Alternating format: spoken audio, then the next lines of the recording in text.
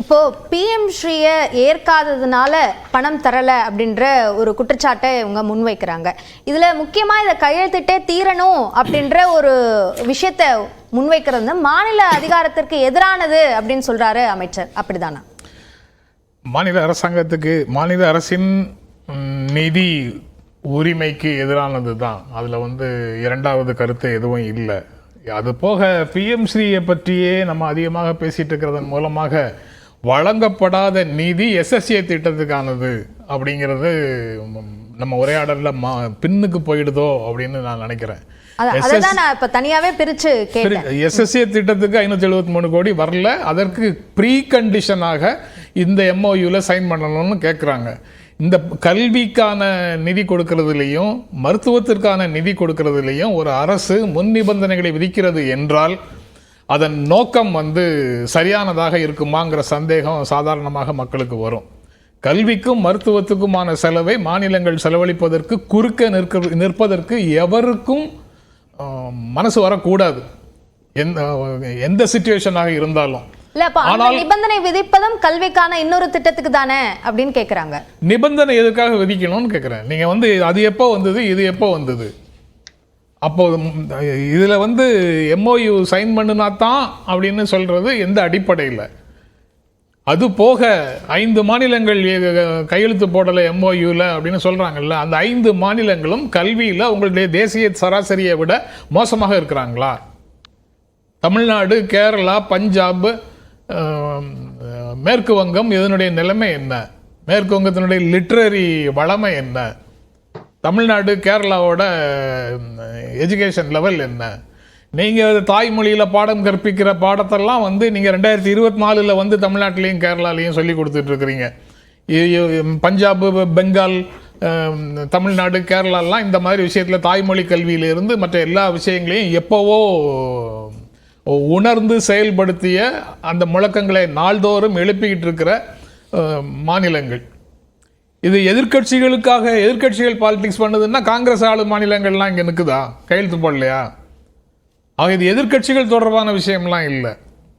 இவங்க கையை முறுக்கி பார்க்குறாங்க. மாநிலத்தினுடைய செயல்பாட்டை முடக்குவதற்காக மாநிலத்தில் மக்கள் நல திட்டங்களை செயல்படுத்தக்கூடாது, அவர்களுக்கு போதிய நிதி ஃப்ளோ இருக்கக்கூடாதுங்கிறதுக்காக மாநிலத்தின் நிதி அதிகாரத்தை, வரி விதிக்கும் அதிகாரத்தை ஏற்கனவே கையில் எடுத்தாச்சு.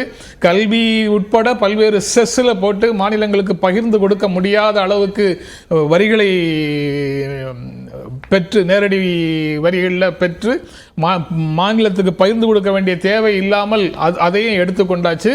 அதுக்கப்புறமும் உங்களுக்கு அதுக்கப்புறமும் கல்விக்கான நிதி கொடுக்கறதுல இவ்வளவு கண்டிஷன் போடுறதுன்னா அது எந்த விதமான நியாயத்துக்கும் கட்டுப்படாது. நீங்க இப்படி ஒரு குற்றச்சாட்டை முன்வைக்கிறீங்க. இன்னைக்கு பிரதமர் பேசிய போது சொல்லியிருக்காரு, தமிழ்நாடு, கர்நாடகா உள்ளிட்ட இந்த மாநிலங்களோட வளர்ச்சி தான் நாட்டோட வளர்ச்சிக்கான அடிப்படை அப்படின்னு பேசியிருக்காரு.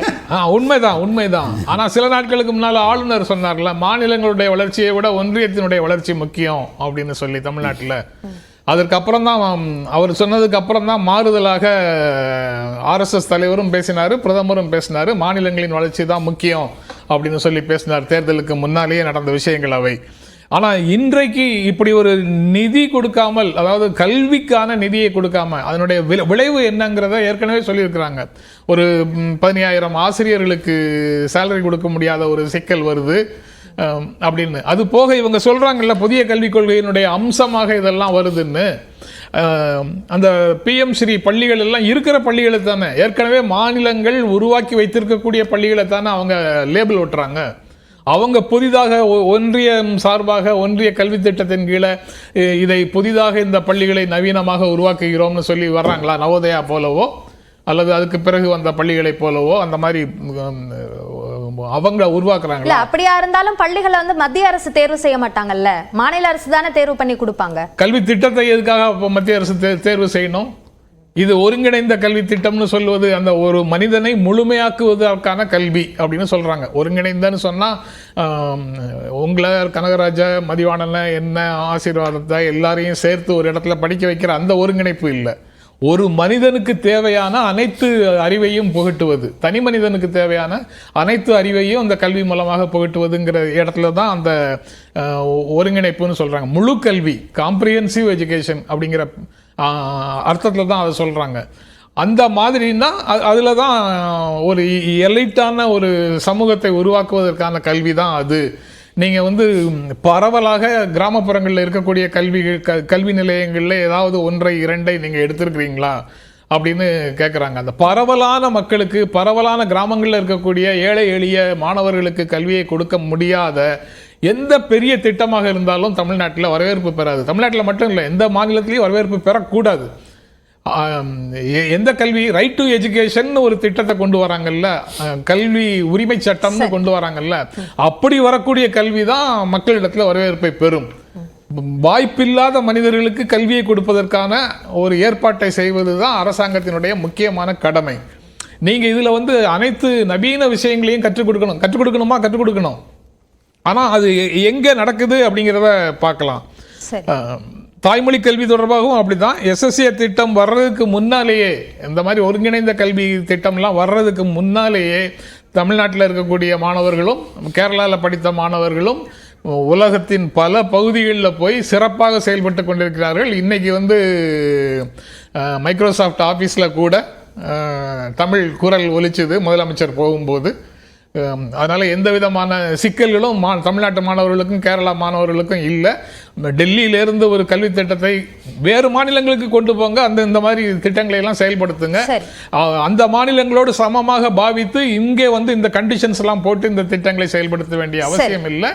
இது அது போக என்இபி திரும்ப திரும்ப பேசுறாங்க. என்இபியில் அந்த வடிகட்டும் 3வது வகுப்பு 5வது வகுப்பு 8வது வகுப்பு பொதுத் தேர்வு இருக்கும் வரை தமிழ்நாடு ஏற்காது. மும்மொழி கொள்கையை செயல்படுத்துவோம்னு சொல்லும் வரை தமிழ்நாடு ஏற்காது. சரி, இது எல்லாமே அதுபோல் இந்தியா முழுவதும் நேஷனல் பாலிசி ஃபார் எஜுகேஷன் இல்லை, இது நேஷனல் எஜுகேஷனல் பாலிசி. இது இந்தியா முழுவதுக்கும் ஒரே கல்வி அப்படிங்கிற ஒரு திட்டத்தையும் செயல்படுத்துறாங்க. அதுவும் அடிப்படையிலேயே மாநிலங்களுடைய உரிமைகளுக்கு எதிரான. ஓகே திரு ஆசீர்வாதம் ஆச்சாரி, எஸ்எஸ்ஏ உடைய நிதி இதை நிபந்தனையாக விதிக்குது அப்படின்ற ஒரு பாயிண்ட்டை குறிப்பிட்டாரு திரு ஜென்ராம். நிதிக்காக மத்திய அரசு மாநில அரசு நம்பி இருக்கிறதுனால தங்களோட கொள்கையான புதிய கல்விக் கொள்கையை அந்த மாநில அரசுக்கு மேல திணிக்குது மத்திய அரசு அப்படின்ற குற்றச்சாட்டை முன்வைக்கிறாங்க. உங்க பதில்?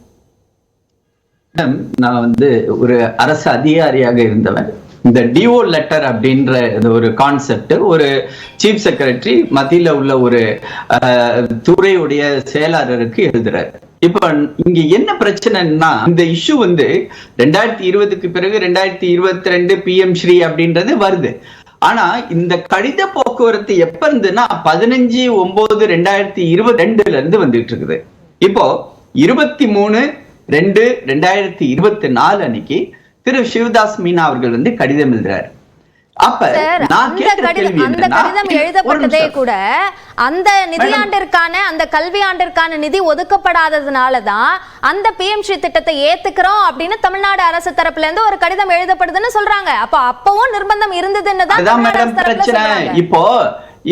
இப்போ நம்ம நண்பர் மதிவாணன் பேசினாரு, திரு ஜென்ராம் அவர்கள் பேசினாரு, கனகராஜ் சார் பேசினாருங்களா. ஸ்ட்ரைட்டாவே அந்த லெட்டர்ல 23/2/2024 நாங்க PM ஸ்ரீ இம்ப்ளிமெண்டே பண்ண மாட்டோம், எங்களுக்கு வந்து நிதி கொடுங்க. ஏன் மேடம் கேட்கல? என்னோட கேள்வி என்ன தெரியுமா, சீஃப் செக்ரட்டரி அவர்கள் வந்து எழுதின